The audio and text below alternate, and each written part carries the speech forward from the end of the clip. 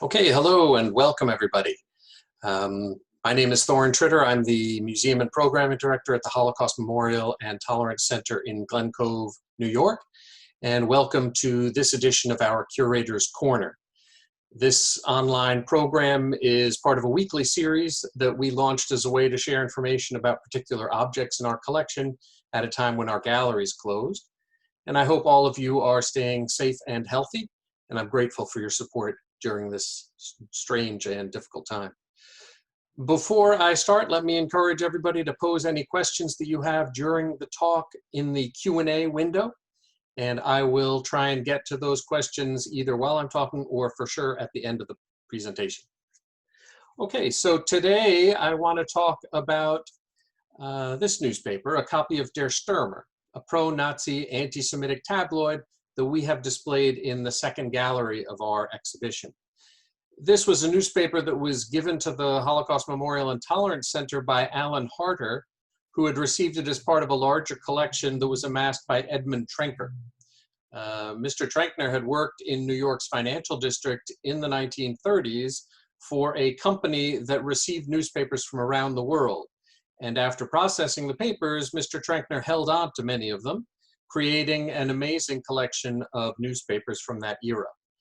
In 1986, Mr. Trenkner sadly suffered a stroke and passed the collection on to Alan Harter, who years later donated some of it to the Holocaust Memorial and Tolerance Center, recognizing that although ugly and distorted, this newspaper and its power to alter readers' perspectives about Jews was an important history that should not be forgotten. Today, as our country continues to struggle with racism, this paper is a reminder about the dangers of hateful speech. Anyway, we are grateful both to Edmund Trenkner for amassing the collection and for Alan Harter for preserving it and donating it to the Holocaust Memorial and Tolerance Center. Here you can see a full view of the pages that we have on display. I'd like to look closely at the masthead to get some general information about the paper. Der Stürmer translates to the attacker. And you can see the subtitle for the newspaper says, "A German weekly newspaper in the fight for truth." So this, like many newspapers, portrayed itself as seeking truth, and yet its pages were full of salacious details and sensational topics. You can also see the masthead includes the name of the editor, the founder of the paper, Julius Streicher. And finally, you can see that this copy of the newspaper is from April 1937. This was a weekly newspaper.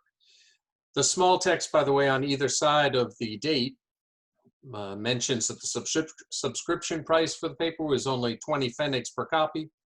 There's also information about how to buy advertisement space, and there's the mailing address of the newspaper, which was located right in the center of Nuremberg.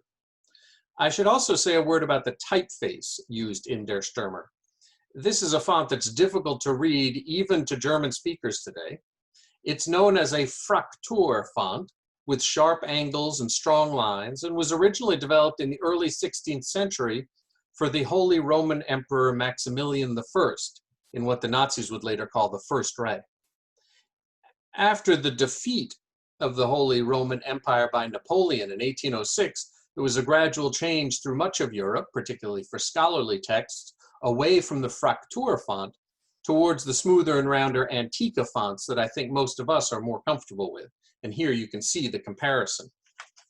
But with the rise of German nationalism in the 1870s and again in the 1930s, many in Germany sought a return to the classic Gothic German font of Fraktur.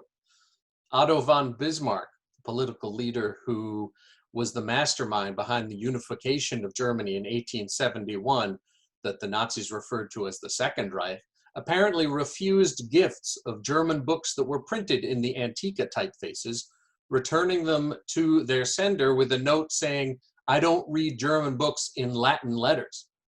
And in 1925, when Hitler published his book, Mein Kampf, he chose the Fraktur font to use for its cover. So for Der Stürmer and other publications during the Nazi era, this typeface, with its connection to German history, was the one they turned to. But as I say, the flourishes and the angular lines make some letters difficult to make out for contemporary readers, even those fluent in German. Let me go back briefly to talk about Julius Streicher. the founder and editor of Der Stürmer. Stryker was born in 1885 in Bavaria and fought for the Germans in World War I. After the war, he was interested in politics and became an aggressive politician who embraced anti-Semitism, blaming Jews for Germany's loss during the First War. In 1921, Stryker heard Adolf Hitler speak in Munich and was electrified. Stryker joined the Nazi Party and from then on was an ardent supporter of Hitler.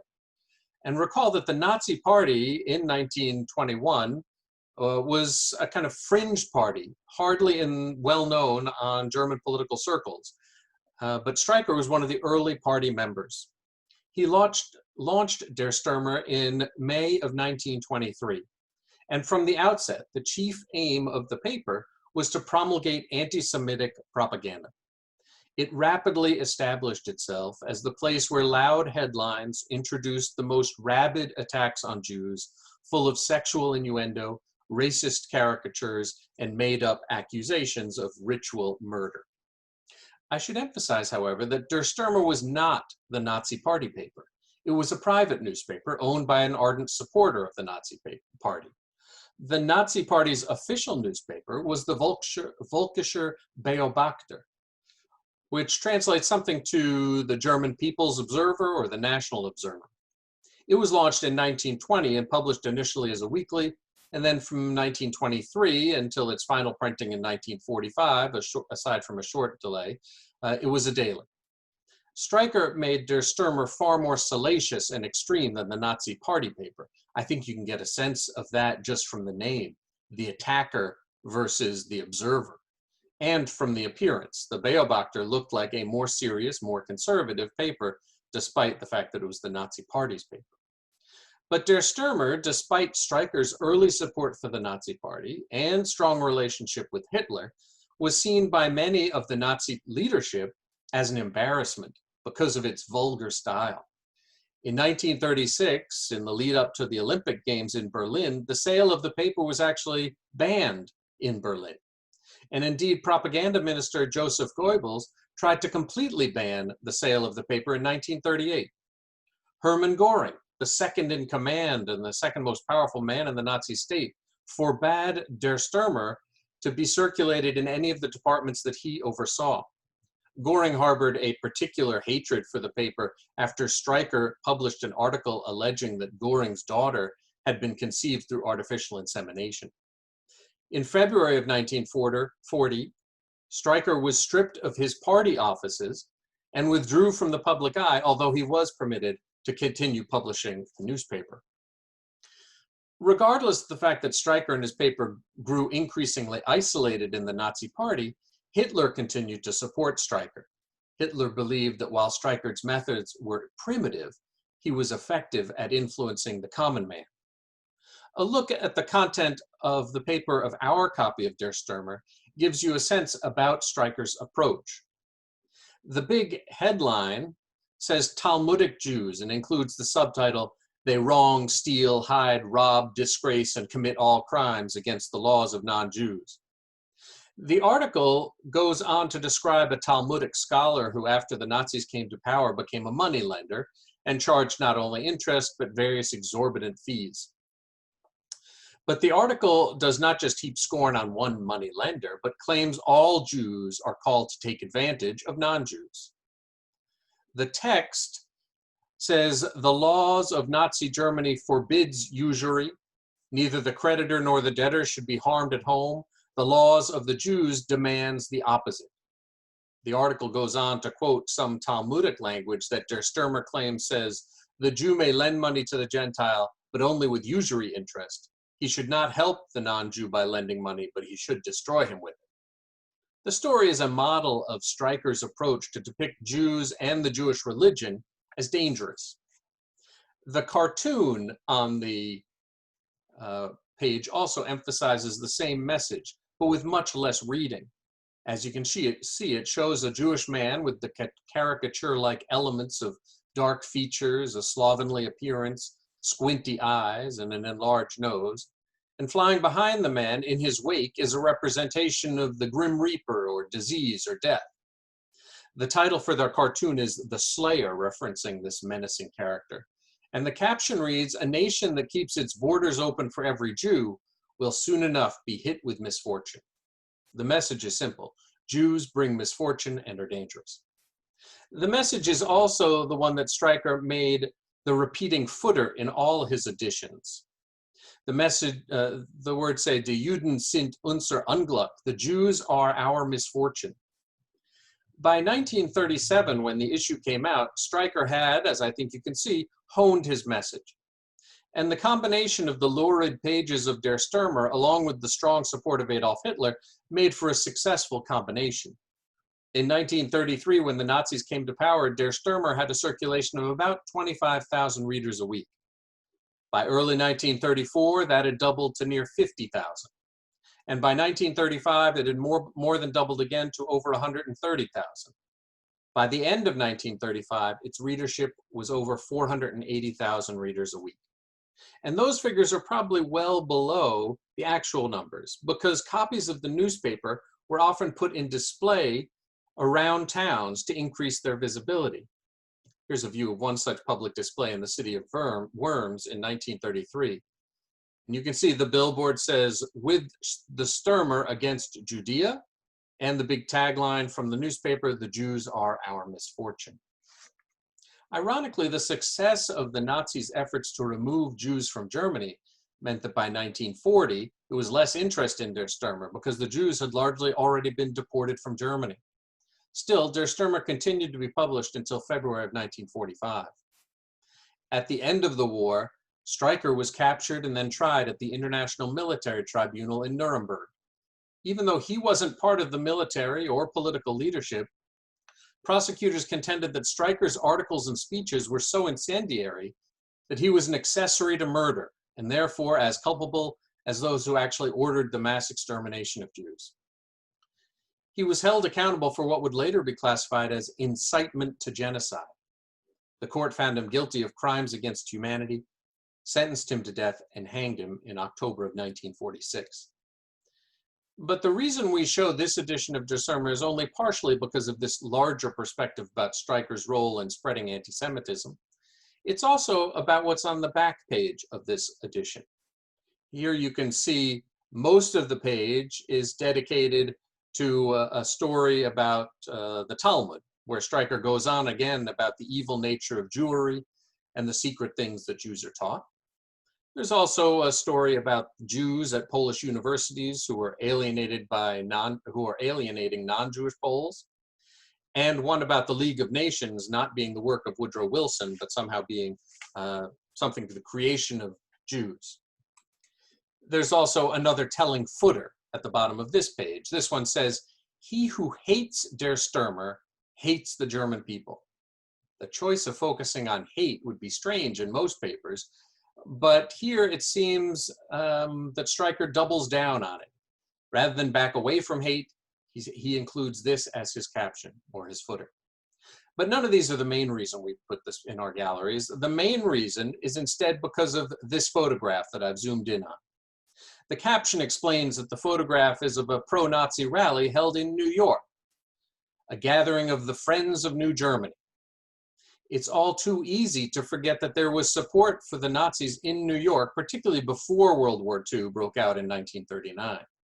One of the strange things about the inclusion of this photo in this issue from April of 1937 is that there's no other information on the paper about this picture. There's no story that goes with it. There's no date on the photograph. It's just this image with this caption. One of the other strange things about the inclusion of this photo is that by April of 1937, when this issue of Der Stürmer was published, the Friends of New Germany, the organization referred to in the photograph, had been dissolved.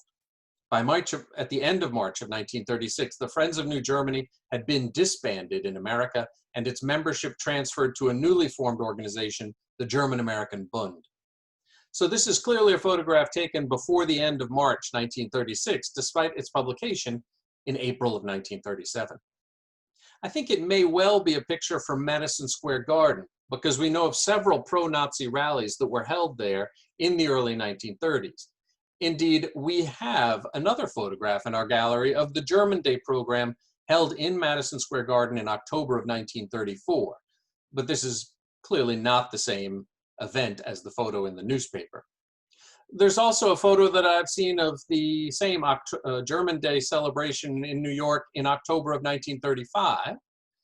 And while I haven't been able to find a photograph, there is a press report of the event in 1936, when, among other things, the chairman of the American Olympic Committee told the crowd of 20,000 people at the German Day rally in Madison Square Garden that the American people could profit by a study of the Hitler regime. Of course, by October 1936, as I said, the Friends of New Germany no longer existed. But there was at least one more big rally at Madison Square Garden before 1936. There was one in May of 1934. This was one that the New York Times covered. You can see the headline on the lower left: 20,000 members of the Friends of the New Germany gathered in Madison Square Garden to denounce a boycott on German goods that had been launched by the American Jewish Congress and a number of other groups in March of 1933. Perhaps the photograph in the April 1937 issue of Der Stürmer is from this rally in 1934. It's also possible that it's from the final big meeting of the Friends of New Germany, which took place in Buffalo at the Statler Hotel in March of 1936. I haven't been able to find a photograph of the event, so it's hard to know for sure. I think given the size of the space shown in our photograph, it was more likely one of the events in Madison Square Garden, but with only the photograph to work with, it's hard to know for certain. I will add that there was another famous pro-Nazi rally in Madison Square Garden a few years later, held on George Washington's birthday, February 20th, 1939. It was organized by the German-American Bund, the organization that had taken over the membership of the Friends of New Germany after 1936, and it was named the Pro-America Rally. If it wasn't clear in that larger picture, you can see here that George Washington is sandwiched between American flags and the Nazi swastika. The point in February of 1939 was to highlight some of the similarities between America and Nazi Germany. Flags in the stand said, "Stop Jewish domination of Christian America." And the keynote speaker, Gerhard Wilhelm Kunz, the National Public Relations Director for the Bund, followed the thread of racism in American history to bolster his vision for a whites-only America. Citing anti-miscegenation laws, the Chinese Exclusion Act, Jim Crow policies, and immigration quotas, he claimed, quote, "It has then always been very much American to protect the Aryan character of this nation." In 2017, just a couple of years ago, Marshall Curry and Laura Poitras produced a 7-minute short documentary film about the German Bund's 1939 program at Madison Square Garden, which was nominated for an Academy Award.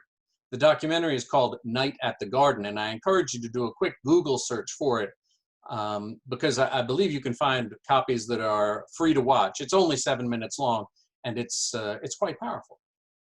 Getting back to our copy of Der Stürmer, we include it in our gallery because it highlights how the most virulent form of anti-Semitism became largely acceptable in Nazi Germany in the 1930s.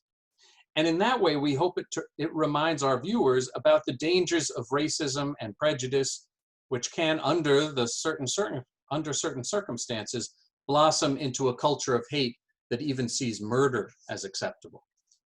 But we also choose this particular copy to show that we in America should not feel so confident that it was something distinctly German that enabled the Holocaust to happen. As this issue shows, hundreds of thousands of Americans in the early 1930s were openly supportive of Nazi racist policies and proud to put their views on public display. America eventually followed a different path. And indeed, it was during World War II that Americans and the world saw the full danger of what racism and hatred could lead to. Although 75 years have passed since the end of World War II, our museum ensures that we never forget that lesson. And given the times we're living in, with racism and prejudice fueling tensions and violence in cities around the country, it's a lesson that I think we should probably all go back to and look at once more. Anyway, I will stop there. Let me see if there are some questions. I will just share some information about other upcoming programs. Next Tuesday, June 9th, Dr. Linda Burghardt, HMTC's Scholar in Residence, will present the next program in our Yiddish Culture Festival, The Art of Marc Chagall, War and Peace Through Yiddish Eyes. And next Wednesday, June 10th, at our new time of 11 a.m., based on feedback we received from many of you, I will be leading my next Curator's Corner, looking at a Nazi flag that was co-opted by the liberating American troops. And then next Thursday, June 11th, I'll be leading a virtual guided tour of our galleries. Well, I hope that some of those will be of interest to you. You can find a full list of our programs on the events tab at www.hmtcli.org. And I also hope you'll go to our website to make a donation to support programs like this. Okay, let me see if I can find if there are questions here. Did the Nazi Party use Der Stürmer in their education of youth? You know, actually, the person in charge of the Hitler Youth banned the use of Der Stürmer with children because he thought it was too polemic or too problematic and too vulgar. So it was generally not used as part of that, although it's circulating so widely that children were certainly reading it or exposed to it. And we have photos that show children standing in front of those public display boards looking at copies of Der Stürmer. But it wasn't part of the education programs in particular that the Hitler Youth used. Was there any journalistic opposition to Der Stürmer in Germany or elsewhere? Other than the Nazi Party leaders who believed it was too vulgar and was making the Nazi Party look like thugs and look uneducated, there was no kind of popular opposition to the paper that I'm aware of. Although obviously the Jewish community found it repugnant, but their voice was not one that was listened to or heard. Okay, thanks very much for watching, and I hope all of you have a nice afternoon. Bye-bye.